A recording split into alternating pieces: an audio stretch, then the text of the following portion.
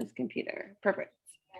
All right, so should be recording, I hope. Please let it be recording. All right. So this is our last one of zones of regulation. So there's 6 parts to it. I kind of hit every single one I humanly possibly could pull out. Thought that was good to be used in the home, and hopefully we're all experts now on zones of regulations. If not, we were already pretty close to it. So let's get started. So we're just going to go over, these are a few things that we're going to go over is understanding different perspectives, so different ways people think and view.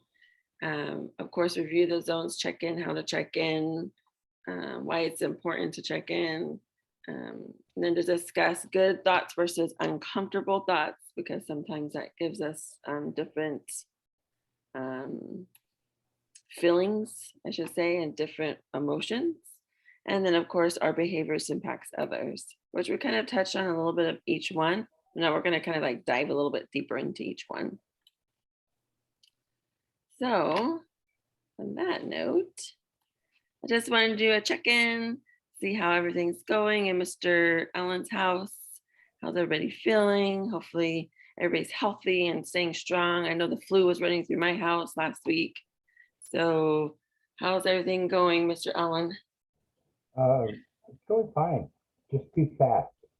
Yeah. This year has been going fast. I'm like, wait a minute, we only have 2 more months until school's done?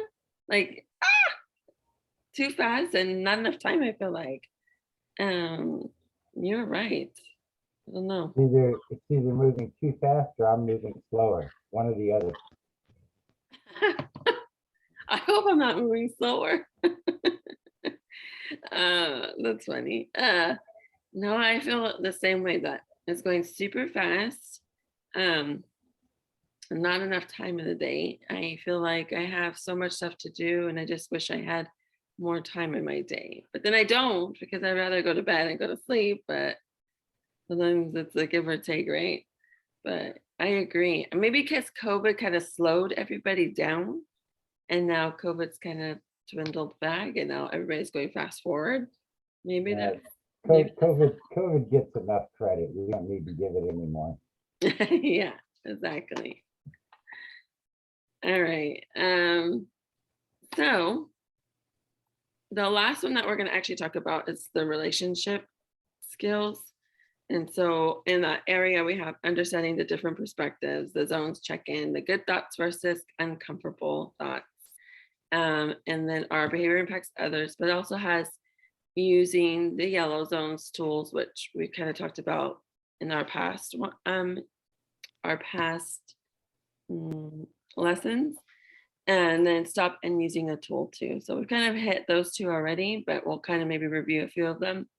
But a lot of these we're going to already know and kind of understand, but kind of just share, maybe we could share some ideas of how we can teach our children at home how to use these different areas that we're going to discuss in our relationship skills. So understanding different perspectives.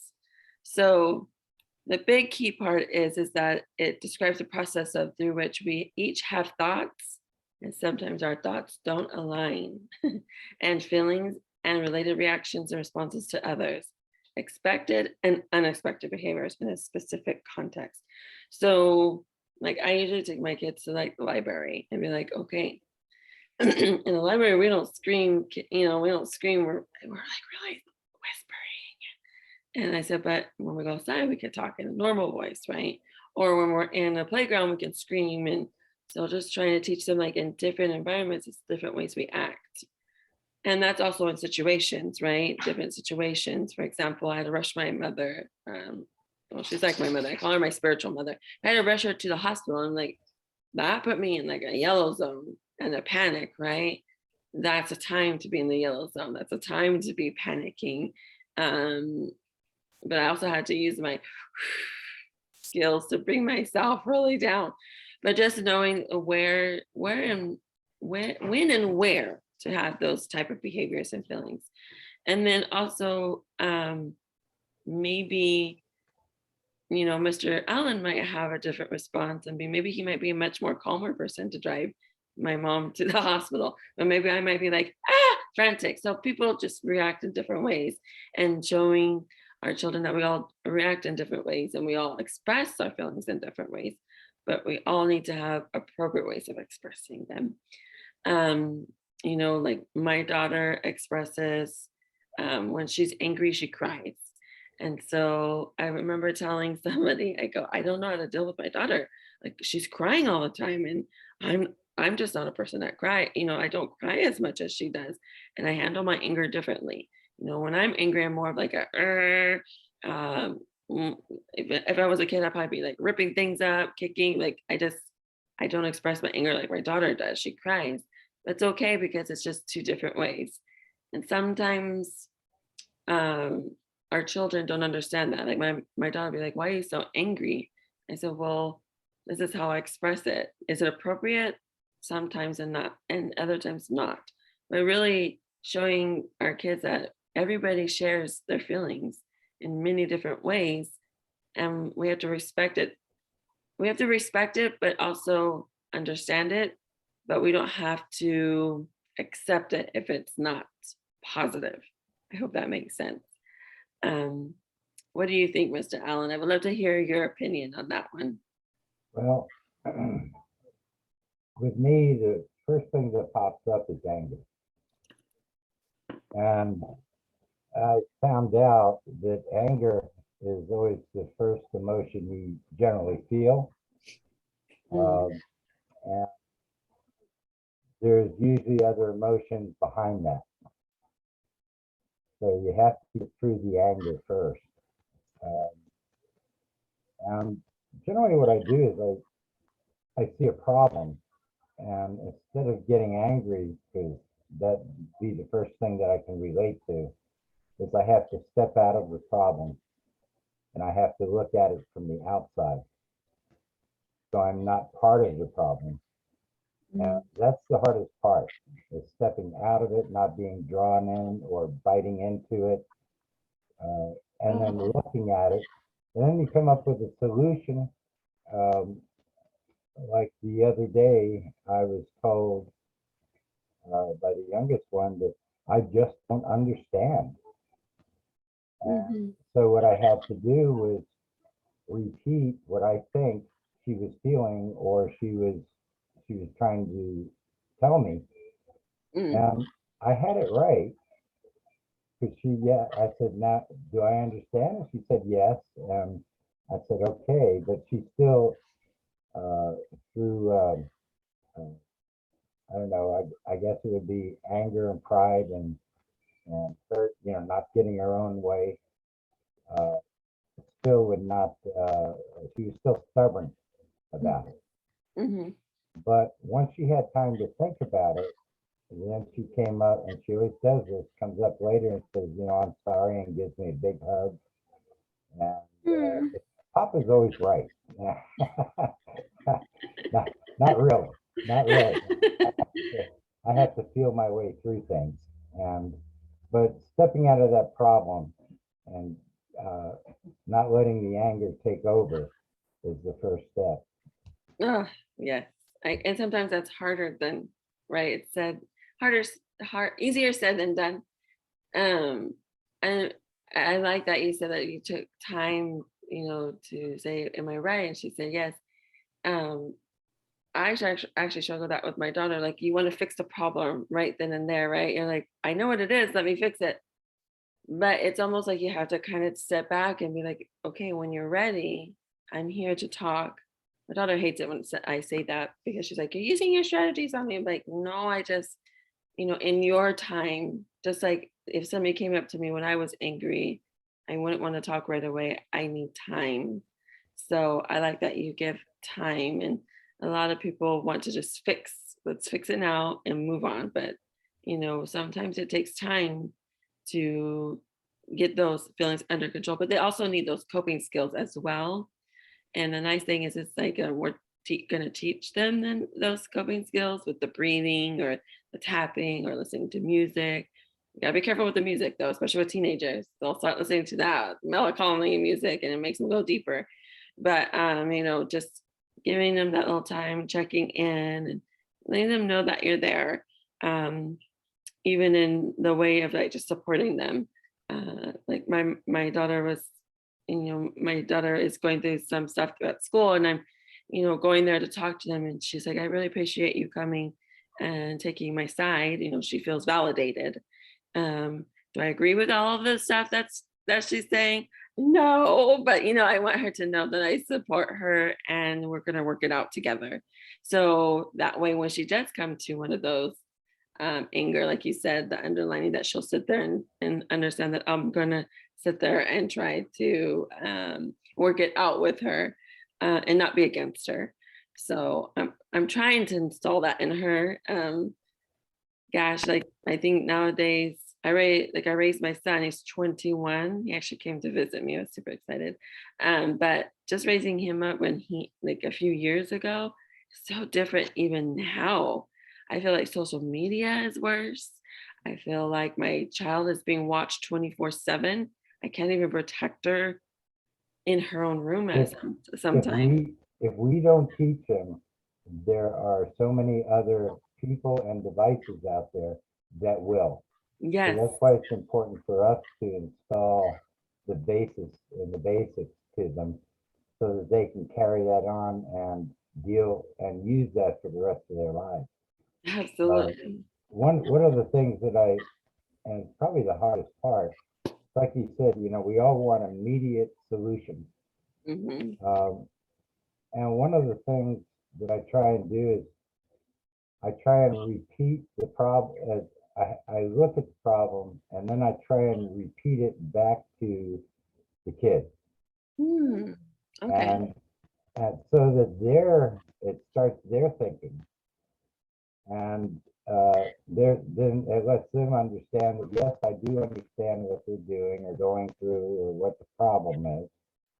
But then it gets down to the deeper issue. Uh, Okay. once I do that because they start that thinking process. That's why I ask questions a lot, is to get them to think Yeah. uh, But on their own. can I ask you a question when you ask them those No, you questions? can't. When you ask those questions, though, I don't know if it's just my teenager, because like just the perspectives, right? Everybody has their own perspective. Like my Mhm. teenager hates it when I ask questions. She's just like, leave me alone.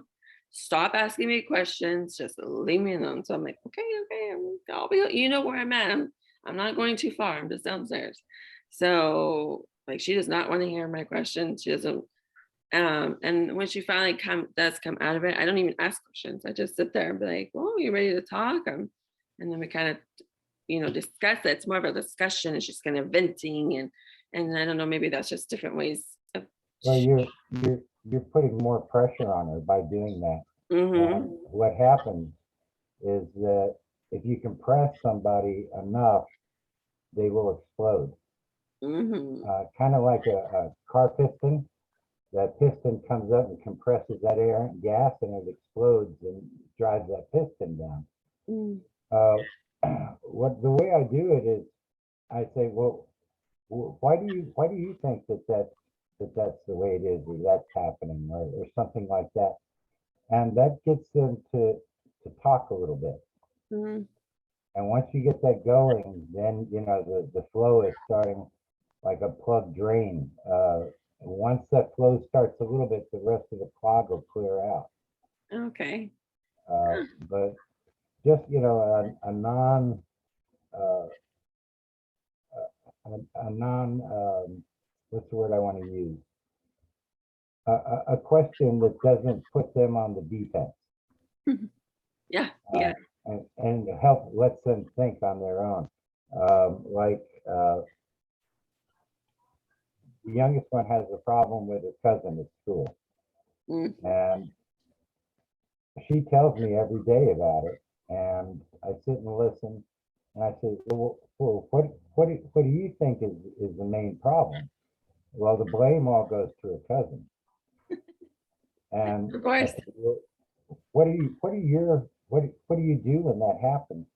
And then she'll tell me, and I'll say, well, do you think that's the right thing to do? Or would it be better if you tried to walk away? Or, you know, and I give her some suggestions,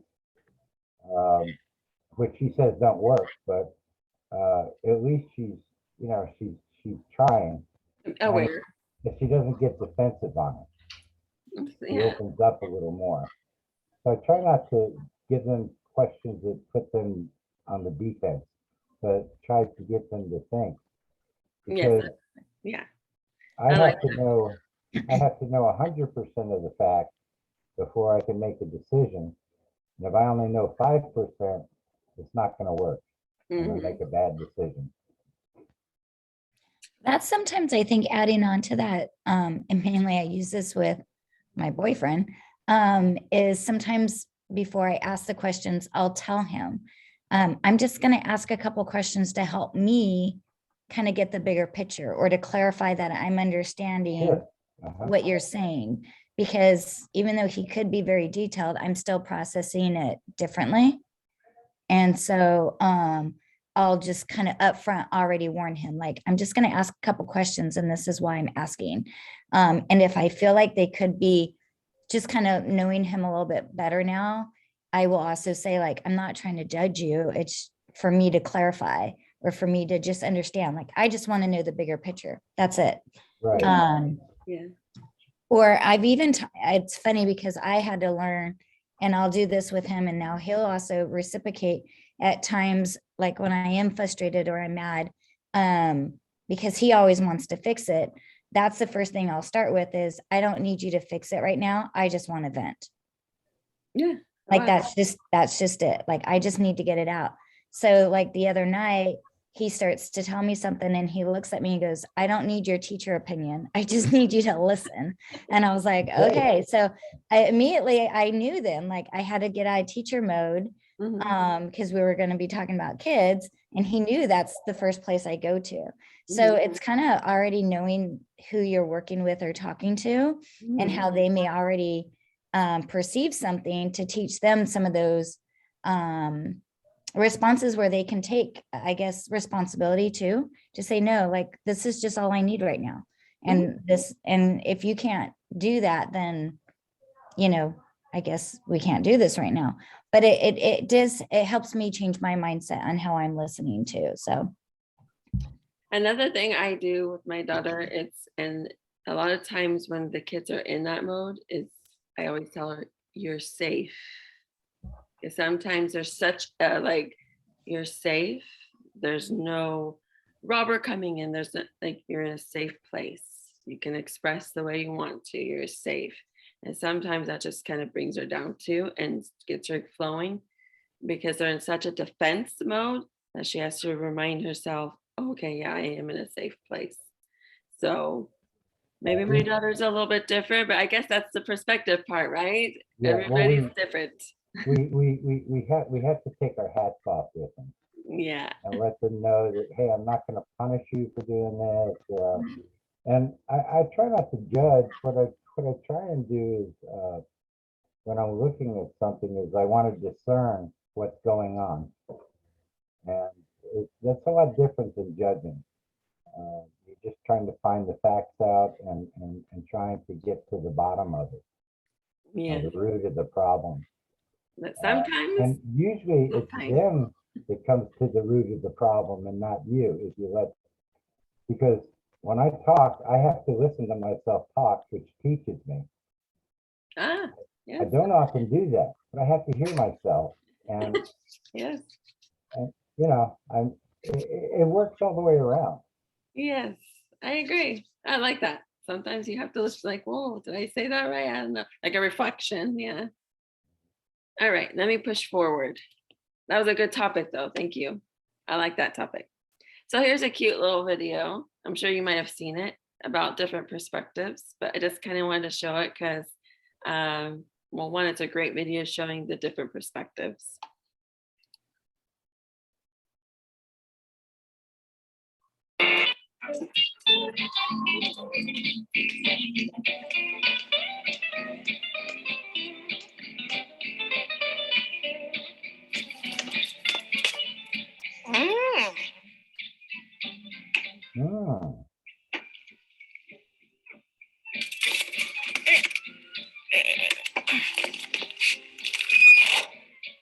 Yummy. Yep. Kick it. Throw the machine over.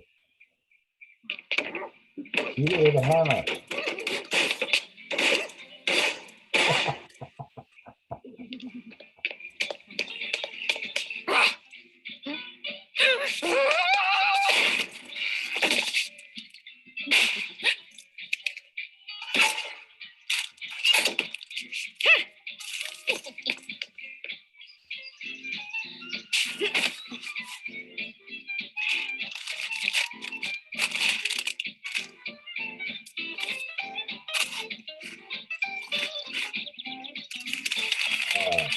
Gratification.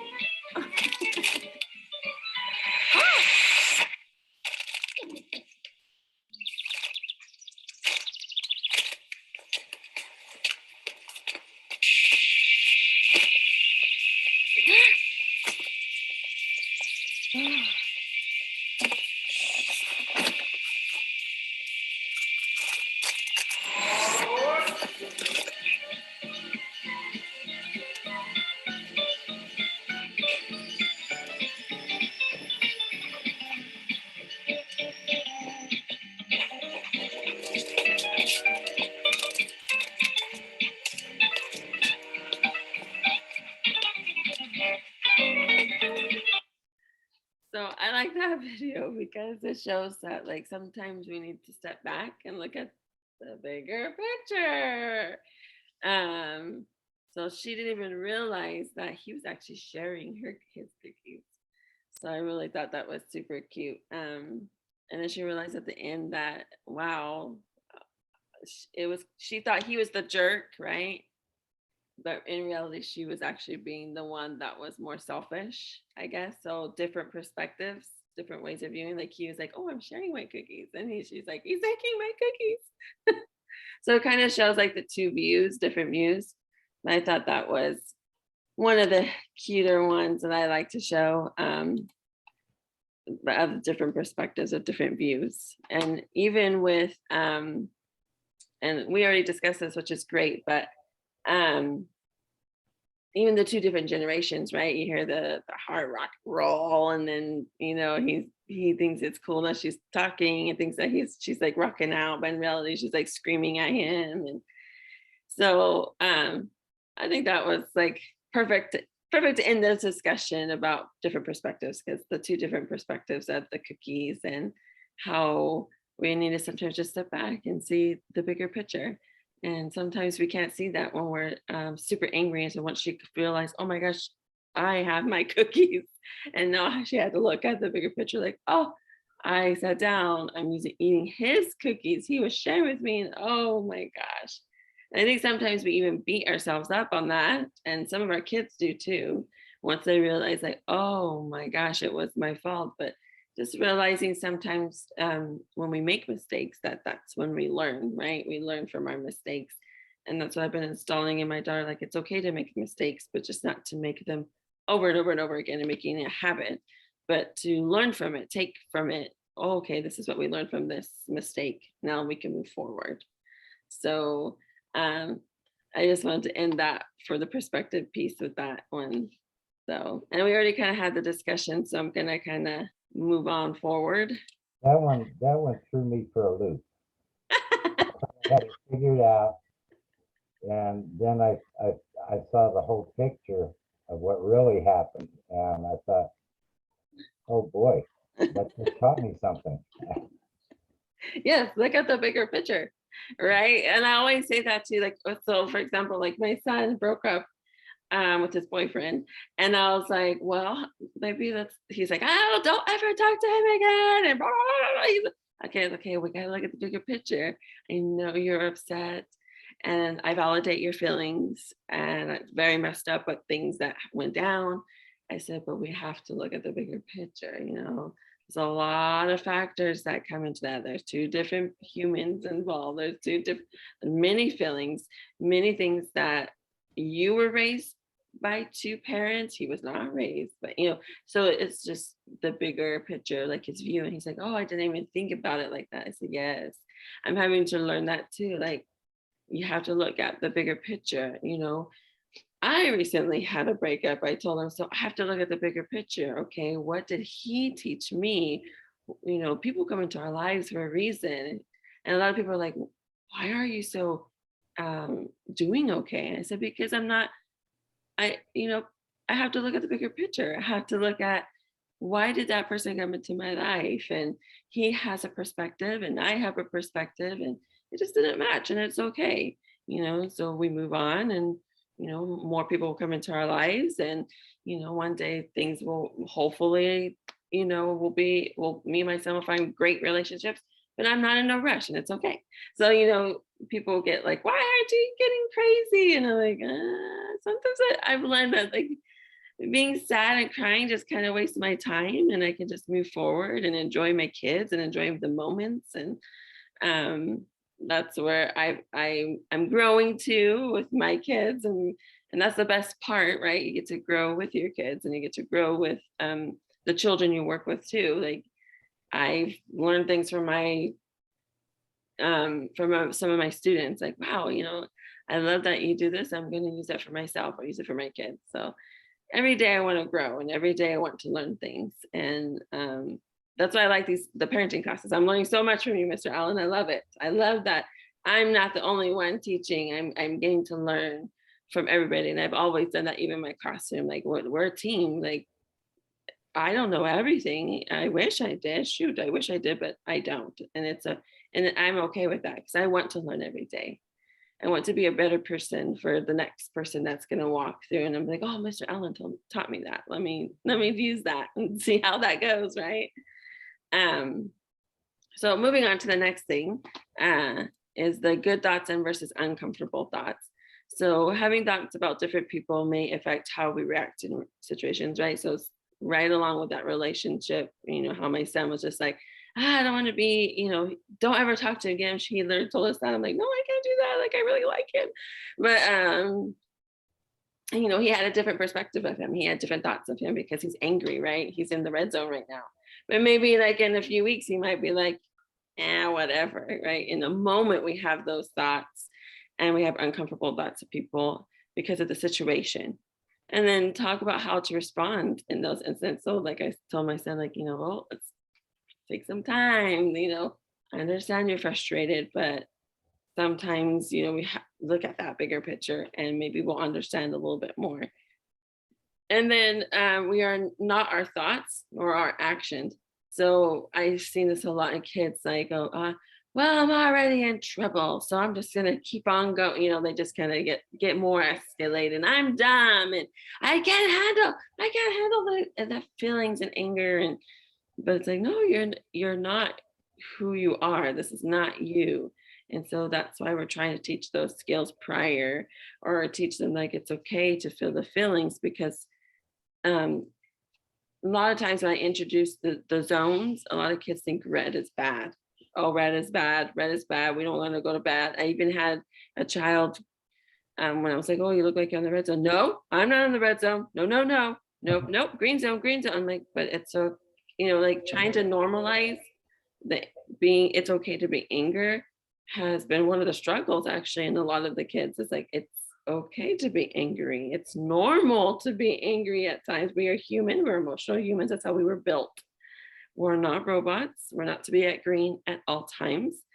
And then when you see people on green at all times, most of the time you'll hear that they're weirdos or something like that. But like we are emotional human beings, and it's really hard, especially going into classrooms. And when I'm like, okay, what's red zone? Oh, bad, bad, bad. I'm like, oh no, oh no, oh no. So I don't know if it's just the color. It might be just the color. Maybe they should have done it like a purple zone. But just I think they relate anger and sadness and the different feelings as bad, because society actually portrays that. You watch videos and stuff like that, and the angry person's destroying or killing people or whatever they're watching on video games. But it's normalized to be happy all the time, and happy pills, and eat the rainbow and the Skittles. Everybody's happy, happy, happy, but we're not all happy all the time. And that's the best thing about red zone, the zones of regulations, is that they really want us as adults to model that. And I do that a lot. I use because I am emotional, and I will admit I'm more of an angry person.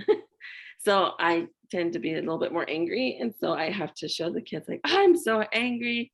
I'm going to sit here and take a break. I'm going to breathe. I'm going to listen to music. I'm going to put some classical music on.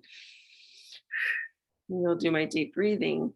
It was funny because I was working with a little girl, and she was getting really agitated, and she was getting me agitated too. And I told her, you're getting me on yellow zone. And so I started breathing. She thought, that doesn't work for me. And I said, but it works for me because I'm on the yellow zone. And it kind of like threw her back, like, oh. And so I was doing my deep breathing, and she kind of stopped and looked at me. And then she's like, okay, I'm ready to work. So it kind of shows them like, the way you're reacting is making me feel uncomfortable. And so she had to reevaluate herself. So our thoughts are not our actions is really huge. And so she started saying the negative things. I'm like, nope, nope, uncomfortable. You're making me uncomfortable. Yellow zone. And then I said, now I'm back on green, and we continue to work. But it's sometimes really hard to get that, I guess, stigmatism that red is bad. Red is bad because you got the red pen. If you mark the paper with red pen, that means it's bad. Red means it's almost like a strong word, like do not be angry, do not be angry. But gosh darn it, we are angry sometimes because that's our protection. And trying to teach them that's what our actions are that creates the problems, right? We can't get kids. That, and like I said before, anger is usually one of the first feelings that come up. But there's usually things behind that other feeling. But I remember a verse that I use a lot, and don't let the sun set on your anger. And could you wake up the next day in worse shape? So it makes a lot of sense. Yes. And anger, if we don't take that, the thing is anger is okay, but if we don't take care of it, oh boy, does it internalize. And I don't think a lot of people realize, like, I mean, I lived with a lot of anger, and somebody probably brought it to my attention. I was like, oh my gosh, I didn't even realize it. And letting go has been such a relief. Oh my gosh, sometimes not even as an adult, I didn't realize how much I had still holding on. But you do it for your kids, right? I gotta be strong for my kids, So Zones has really brought that to my attention, but also, working with other people has really brought that to my attention. And that, wow, I need to like deal with my anger and let it go. And I wasn't quite doing that. So I was kind of preaching and not doing what I was preaching. I'm sure we've all done that. And so finally now, I think that's what's helped with me and my daughter too, is that I'm practicing it.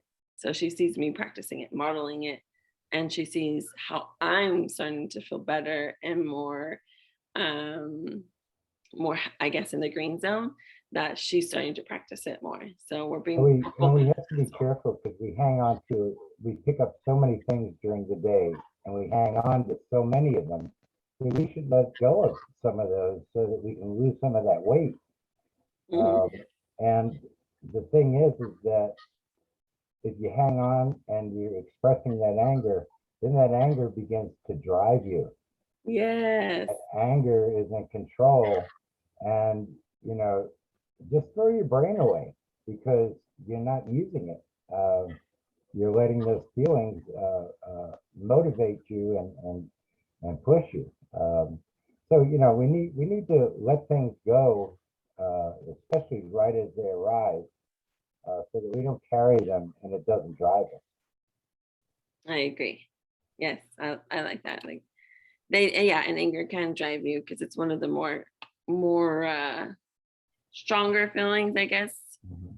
So here's a cute little video. I'll just watch a little bit of it because we're kind of running a little bit out of time. But this is just like pointing out, and you can show it to your kids how self-talk a little bit. And let me see if I could go past this a little bit.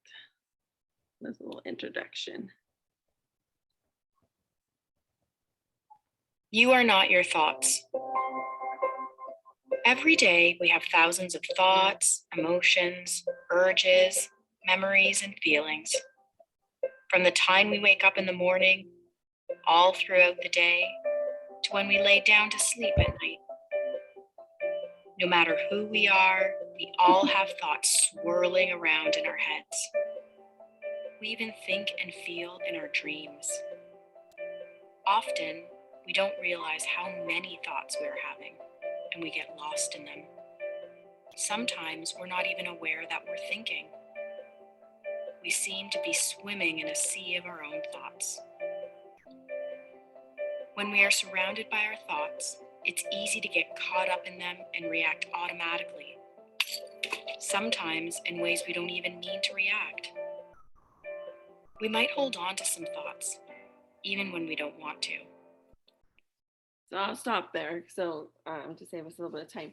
But like our thoughts are constantly going. And that's one thing I have to learn, like to not think is very hard. And so trying to get to all those negative thoughts, because our brain likes to think more negative instead, and trying to transition to more positive can be very hard for kiddos. And they want to go, because there's a huge study that shows that like our the way we learn is through traumatic events, and we always want to go back to those traumatic events. And so just trying to replace those can be hard for kiddos, but it's very necessary. And I'm sure Mr. Allen, you know what I'm talking about. Like I'm sure we can remember back, like when I was a child, I can remember back to when my mom left me at my grandma's house while I was screaming, crying, and she was going to work, I believe. But that was traumatic for me. So I remember it. And I think I was like 5. So like it's just something that the kids will fall back on. And our thoughts is what drives us through the day too. And our brain loves to think. It loves to think and turn us into somebody who we're not. And I'm learning that too as well, that our thoughts are constantly going, even when we're sleeping, which is, I think it's insane. Like, go to sleep, brain. Like sometimes I can't even sleep because my brain is still thinking like, I gotta do this. I gotta wake up for my parenting class. I gotta make this for the next parenting class. So like our brains are constantly going. Sometimes, like you said, Michelle, and I don't know if I'm getting slower but I feel like my brain is going faster with all the things I have to do, right? So it's off a little bit. But basically, I'll end it on this one because I know we got to get ready for school and everything. It's just trying to build our relationship with our kids, showing them that we're not robots. And like talk to them about non-related school subjects. School is great, school is necessary to learn and improve our future, but sometimes there are mental days, sometimes our mental health is more important to be able to learn. And teaching them about things, let them teach you. Like, I'm glad, Mr. Allen, you're teaching me some things, because like I said, I love to learn, and I love to learn from my kids too. I allow my daughter to show me things that she knows. And I'm like, I have no idea. Like TikTok, I don't know any much about, but I'm learning a lot from her. And then remember things about their lives. Like, oh, remember this time we had such a great time, and we kind of like or we look at pictures. We love looking at old pictures. And then share things about my own life. That's one thing I lacked a lot. And now that I'm opening up more, she's being more relatable. And then like do activities together, tell her embarrassing stories and laughing, joke about it. I love joking with my kids. And then inspirational stories is a good, do crazy things, things that I probably never thought I would do. I do with my children. And then use their interest in what you're going to drive your day with.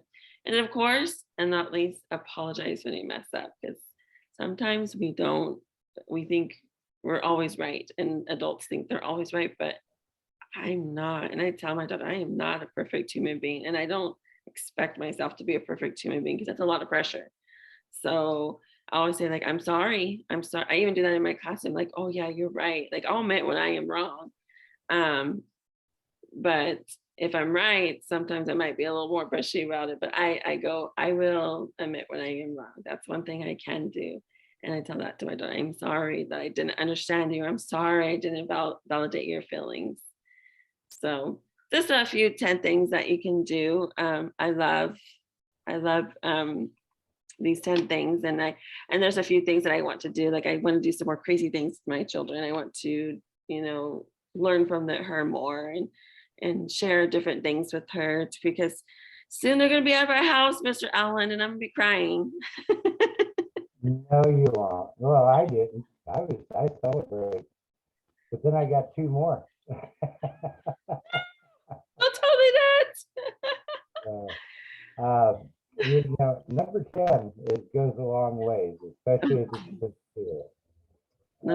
Oh yes, it does. And that will touch people in ways that you can't imagine. So you always want to do that. And I just want to say one other thing. I'm glad you didn't move your pointer around too much, because on my screen it looks like a fly, and I want to sit here and swat it. Because it's this little black thing running around my screen. Oh. And I'm just so tempted to swat it, And that's a pointer, And I'm just teasing you, of course. Oh, thank you. Oh, I don't. Maybe I do. Sometimes I read probably with it, huh? There it goes again. All right. Well, I will let you go, because I know you have to take your granddaughter to school. But thank you for coming. And Okay. we actually have this Thursday, and the next week is actually parent conference week. So we're not doing it, just in case parents want to go to, parent conferences in the morning, because I know some teachers do it. But I'm going to end on guiding positive discipline and building positive reinforcement. And that will be our next, I guess, what we're going to go on to the next. Because right now we just finished zones of regulation, so we'll jump into more of the behavior side to it. I'll send you an email later. There's a book I'd like you to read. Okay. It had a tremendous effect on me. It's nothing hard. It's just something that lets you look at yourself. Oh, thank you. I would love it. I'll send that title and author to you in an email later on. Sounds great. Okay. maybe you can pass it on to Miss Day too, because she might, especially working with children, might enjoy it. Okay, I will definitely do that. And thank you so much for coming, and I hope you have a wonderful day, and also hopefully see you Thursday. Okay, no, we will see you Thursday. Okay, thank you, Mr. Allen. Okay, thank you. Have a good day. Bye. Bye-bye.